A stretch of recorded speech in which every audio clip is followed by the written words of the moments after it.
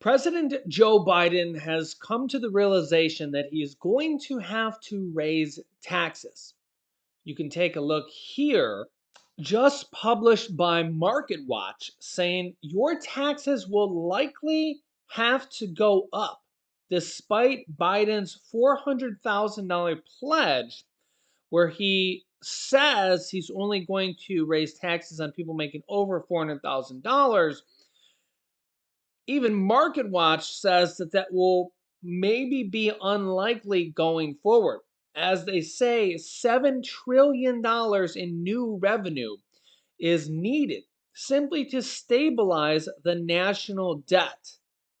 $7 trillion is how much the US is spending and how much we're adding to the national deficit. Now, don't get us wrong here because I'm not picking sides. As you can see here, here is another article from January 2024 analysis.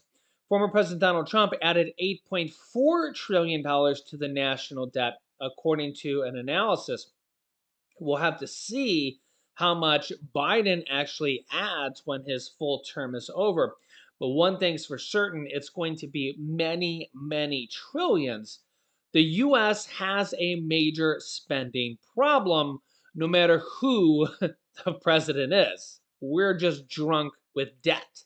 And now that interest rates are higher than they have been in many, many years, we're spending almost $1 trillion in just interest. And I think that's per year, which is insane. And it's only getting worse as interest rates are getting higher. And the Fed says they can't lower interest rates. And remember, people are feeling this exact same pain.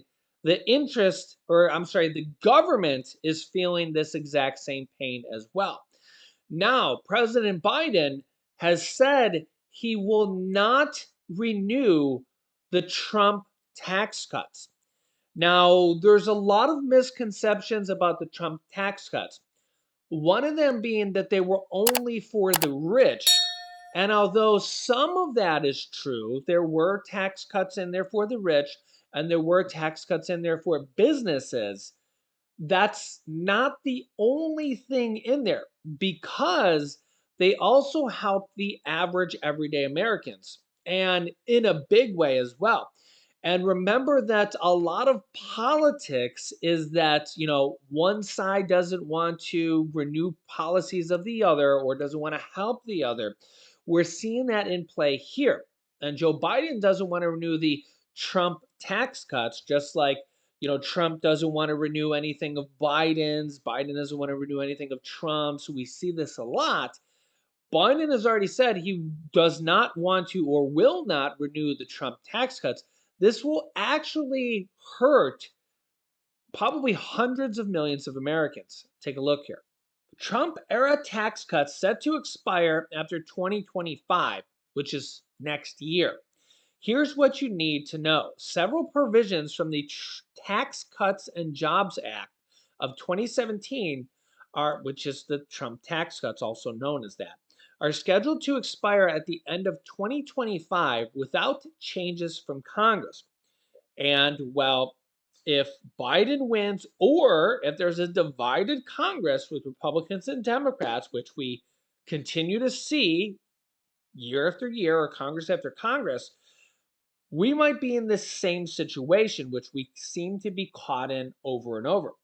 Enacted by former President Donald Trump, the law included lower tax brackets for, I think, all of the tax brackets. Okay, so lower tax brackets is a very significant thing, first of all. Second of all, a higher standard deduction. The vast majority of Americans take higher standard deduction from their taxes, which leads to lower taxes and also higher tax refunds. That's a big one there as well. Higher standard deductions and a boost to the child tax credits, among other things. So Remember, even though those monthly child tax credits aren't in play anymore, those were actually only in play for like a year.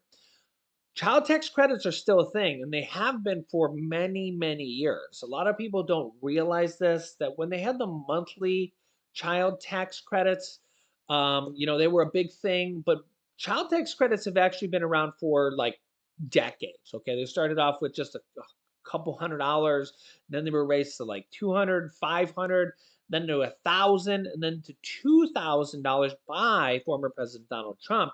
And actually, his daughter was one of the ones that helped champion that and was like, hey, we need to help out, single mothers and families and help them, pay for food and pay for things for their children, right?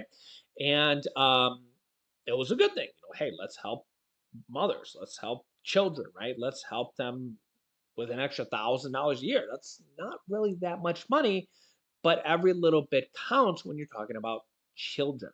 So the thing is if this Trump tax cuts, which it's kind of known to, be named after, if it's not renewed, it would go back to $1,000 instead of 2,000. Okay, you have to file tax returns to get this stuff. So if you're not doing this, even if you make little or no money, you might want to do that. So talk to a tax professional about your, or even somebody that knows about your situation, because you actually could be missing out on money like this. Okay, so think about that.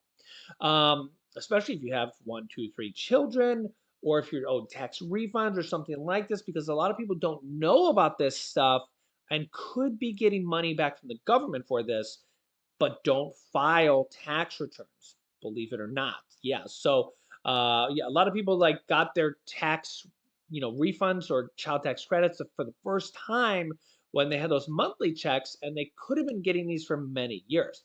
That's not the only thing, as I mentioned, though, is with the lower tax brackets, higher standard deduction, among other things. And then don't forget the other thing I mentioned is that, as Market Watch mentioned, Biden may have to raise taxes to pay for the $7 trillion that they mentioned in debt being racked up. Or else, what are we going to do? Just get to $100 trillion in debt very quickly? Which seems insane, but I mean, look at where we're getting to on a very quick basis. Yeah, when you look here, we are actually at almost $35 trillion in US national debt. And when you give or take, think that we're adding $8 trillion in debt every 4 years, and then it's going to start getting exponential because interest on top of debt. Um, this is not a good thing.